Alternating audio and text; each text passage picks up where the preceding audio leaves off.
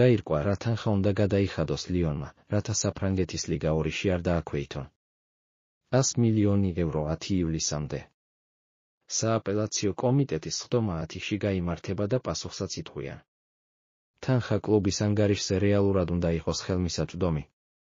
მხოლოდ ეს არაა. ეს მინიმუმია.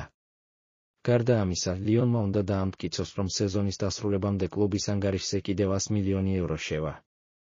სავარაუდოდ ეს თანხა ტურნირებში მონაწილეობისა და მოთამაშეების გაყიდვიდან იქნება მიღებული.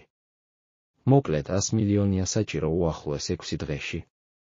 ჩვენ უპირველესად გიორგი მიქაუტაძის ამბავი გვაინტერებს. სიახლე დღეს არაფერია. უბრალოდ ცნობილი გახდა, რომ სანდერლენდმა თანხა დაასახელა, რომლის გადასახდელადაც მზადაა 22 მილიონი ევრო. თუმცა სანდერლენდი მარტო არაა.